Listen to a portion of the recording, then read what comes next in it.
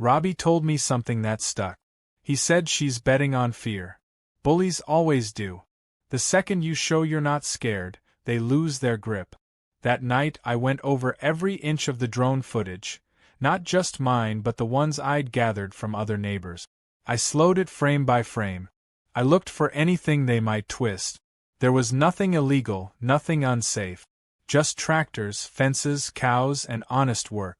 Still, I knew she'd spin anything to fit her narrative. So I got ahead of her. The following morning, I drove to town and visited the Environmental Review Office.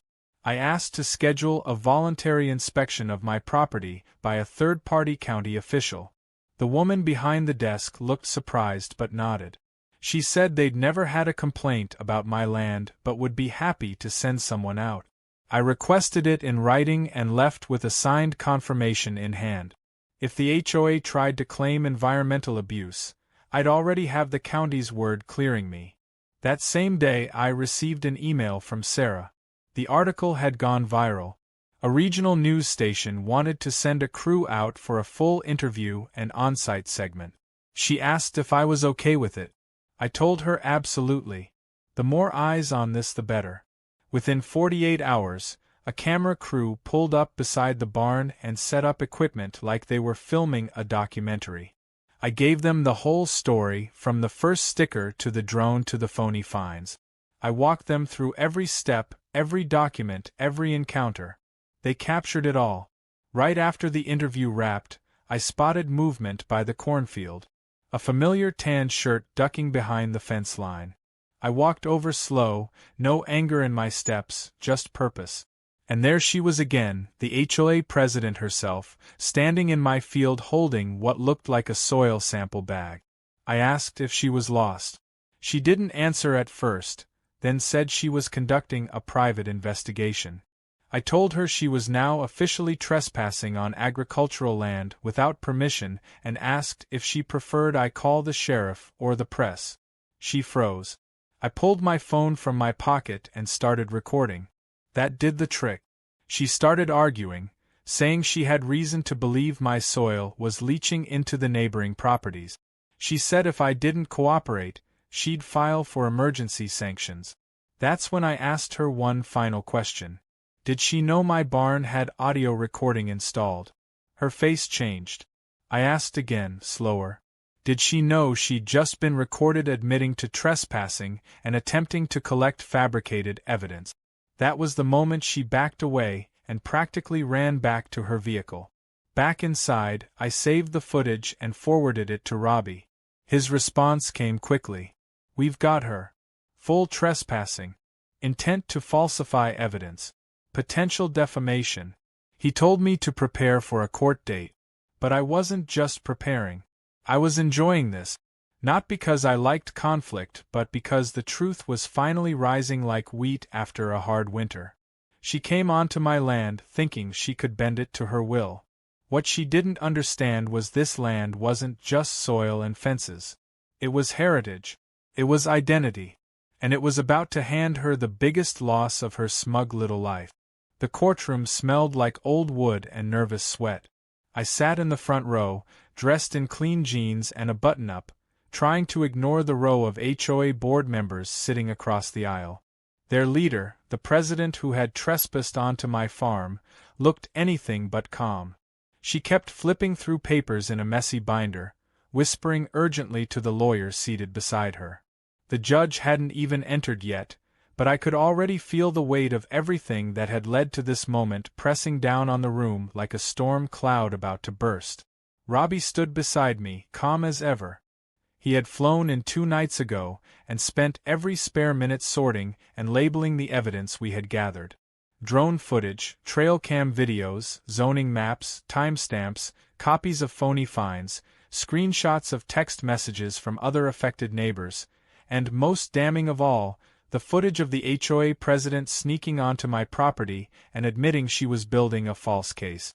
Robbie had said this hearing wouldn't just be about protecting my rights.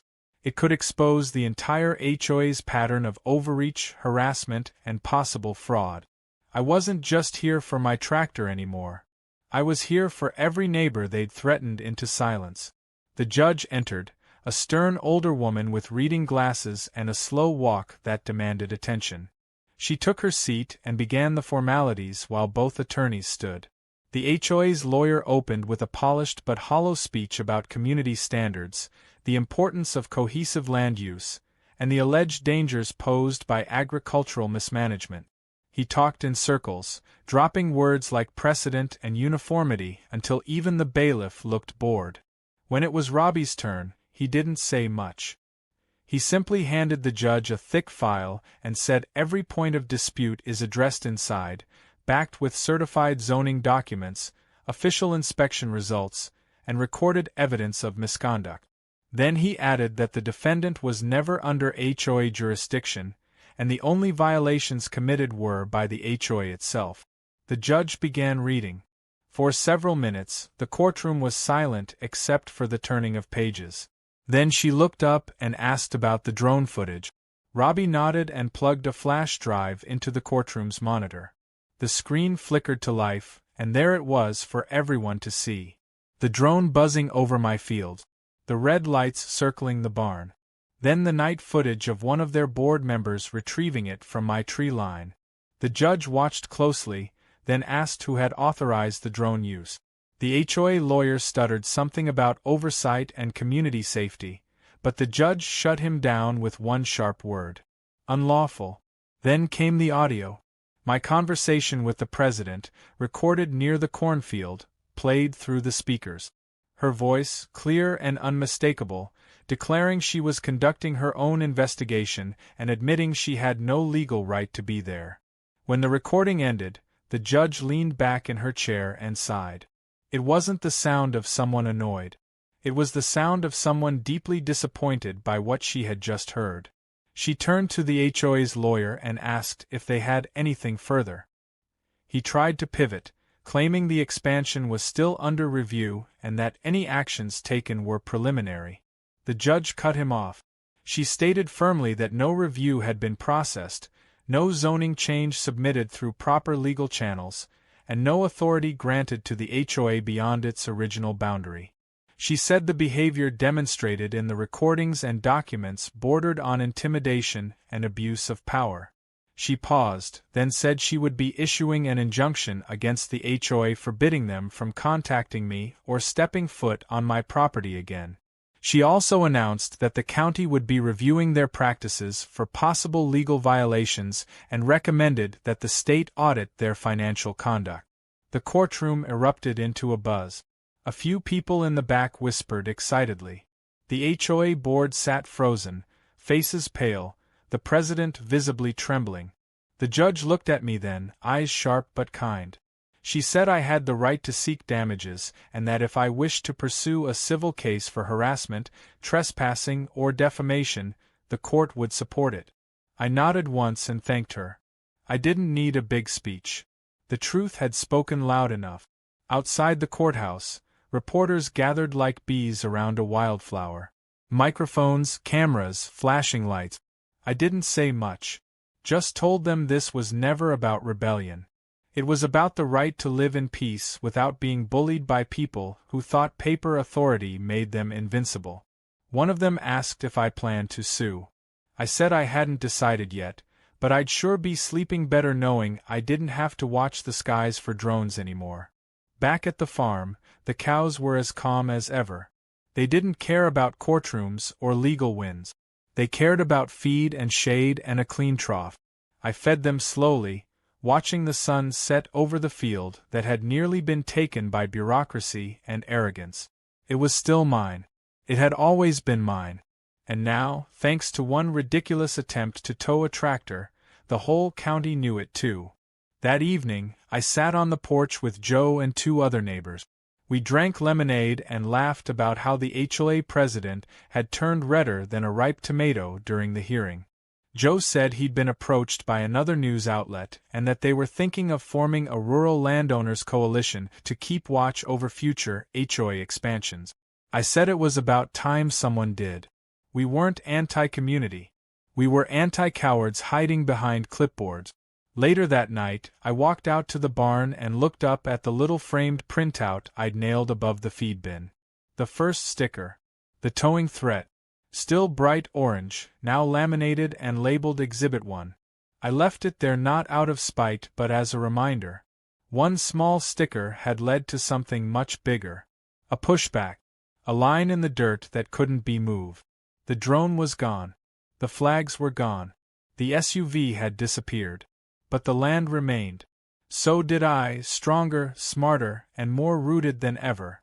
The following weekend, I decided to celebrate in my own way.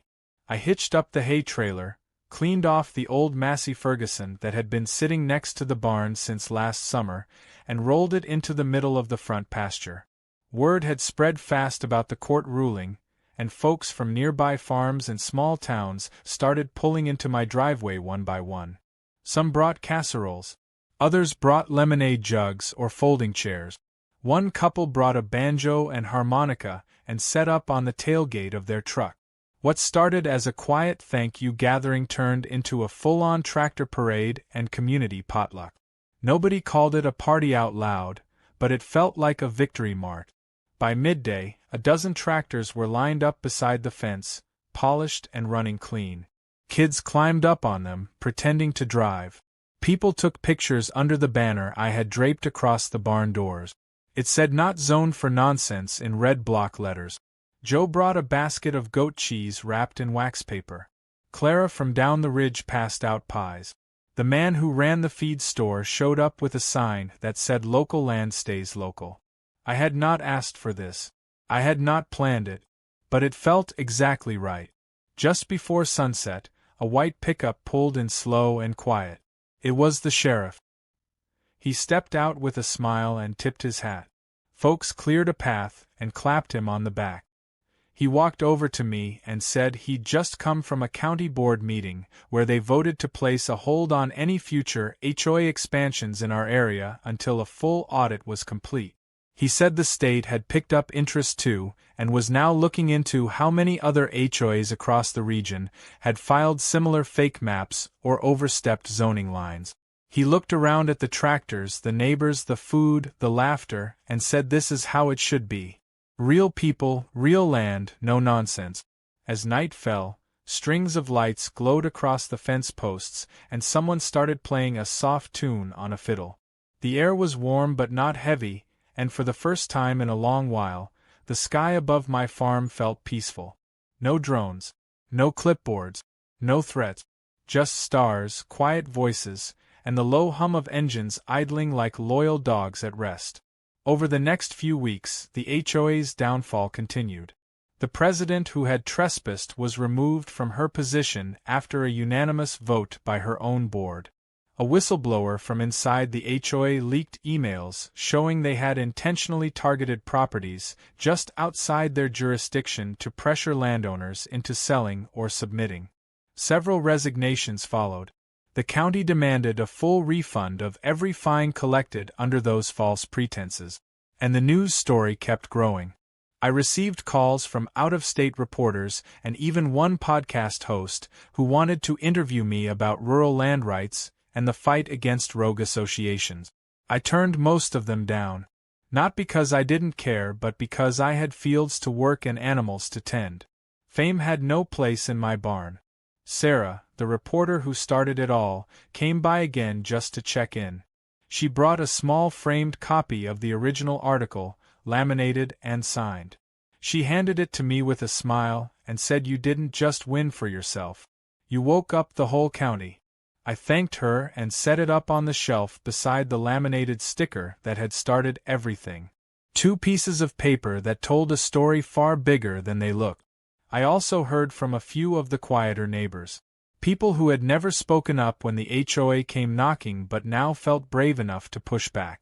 One man told me he had been paying HOA fees on land that wasn't even within their legal bounds because he thought he had no choice. Now he was filing for a refund.